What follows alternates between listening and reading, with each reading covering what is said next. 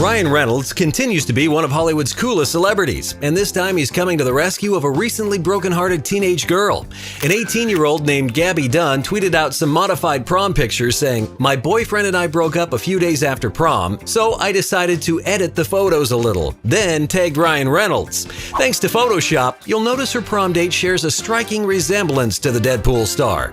Reynolds clearly saw the tweet, replying back, "We should Photoshop me over his yearbook picture next. Hashtag don't mess with Gabi." When Reynolds hasn't been sticking up for high school girls, E! Online reports that he's been busy filming Deadpool 2, which will be released next summer, and which will just be more on-screen proof that messing with Gabi is a bad idea.